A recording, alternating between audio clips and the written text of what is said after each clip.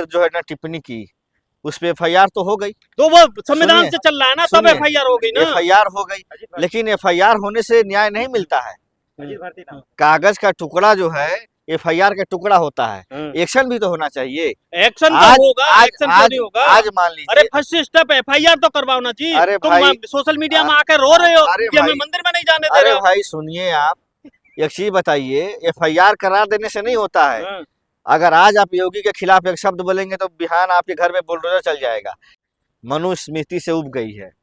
योगी जी कहते हैं कि हम मनु को मानने वाले हैं, और उत्तर प्रदेश की जनता जो है आज से 500 साल पहले जो है ना, जैसे पति मर जाए तो पत्नी को भी जिंदा जला दिया जाता था, क्या यही मनु में लिखा है? क्या इसको लागू करेंगे योगी जी?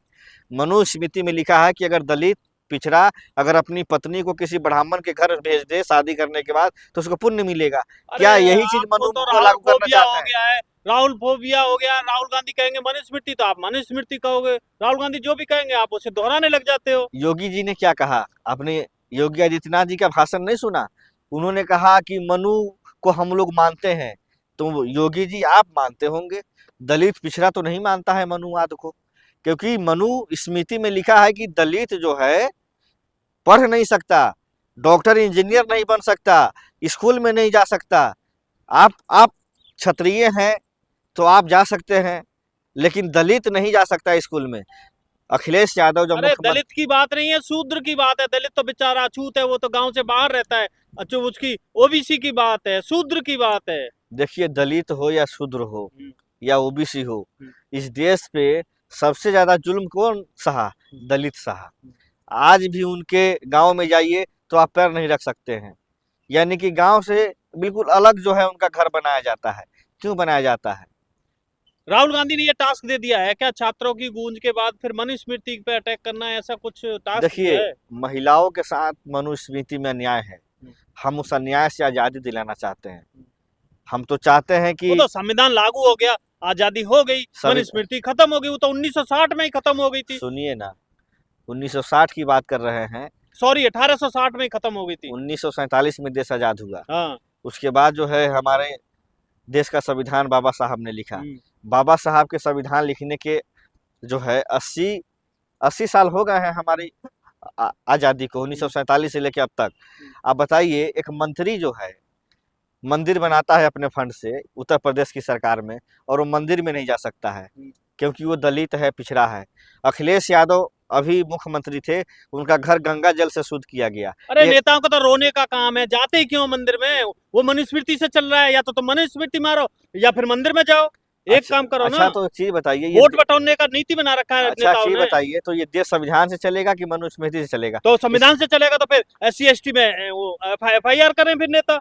संविधान, वो इधर से वोट भी लेना चाहते हैं, उधर रो भी रहे हैं। अगर जो है संविधान से अगर देश चलेगा तो आज हमें और आपको तो छोड़िए, राष्ट्रपति द्रौपदी मुर्मू जी को राम मंदिर का जो प्राण प्रतिष्ठा में क्यों नहीं बुलाया गया?